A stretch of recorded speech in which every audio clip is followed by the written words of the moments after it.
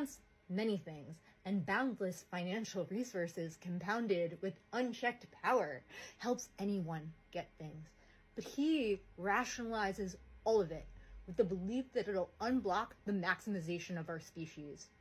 In his trolley car experiment, we're just whining about being on the wrong track. This is, in his perception, for the greater good.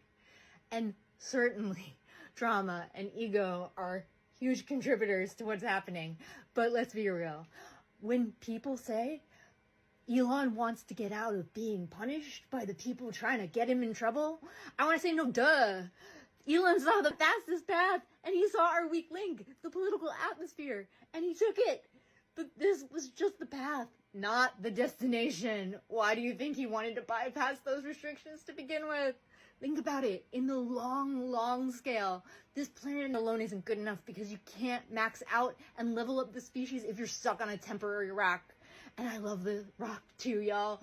I love the rock too. I want to save the planet. I literally worked in climate mission robotics, which, by the way, ocean regulation is wild and nascent too. But my point is that I'm with you. Protect our home because it is what we have. But also play the long game. Obviously, I'm absolutely condemning the horrific actions he's both done and is continuing to accumulate. So please don't misinterpret this, but there are a lot of reasons to want to evolve, and he has long accepted the idea that some relatively smaller number of humans will be lost in the efforts to forge forward and protect the evolved whole. And that's what he's trying to do, in his perception, evolve us. He's just doing it poorly. He's always been sloppy with safety, though. And even though he sucks at humans, he thinks he's accurately mathing this out to make inevitable and necessary. But there's no such thing as unemotional math. You can't force the dynamics of the species itself and then expect it to work out well.